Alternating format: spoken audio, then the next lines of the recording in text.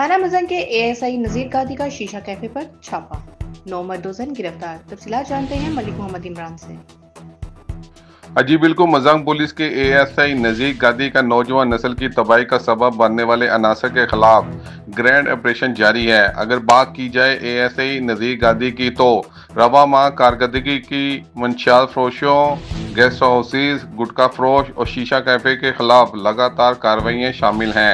ASI नजीर गादी ने शीशा कैफे पर रेड के दौरान 9 मर्दजन को गिरफ्तार कर लिया। मुल्जमान में शामिल आसिम, मोहम्मद नमान, उमैर शाह, असद कादिर, तौसीफ ज़रियाब, हैदर अली, नबीला बीबी, मां नूर और ज़रार शाह शामिल हैं, जिनके कब्जे से 2 अदद हुक्के शीशे, 4 डबियां फ्लेवर और चिलम शामिल हैं। मुकदमा दर्ज करके हवालात में बंद कर दिया।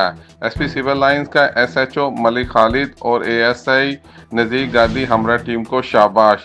नौजवान नस्ल की तबाही का सबब बनने वाले अनासर किसी रियायत के मुस्तहिक नहीं। SP civil line Chaudhary Asad Ali.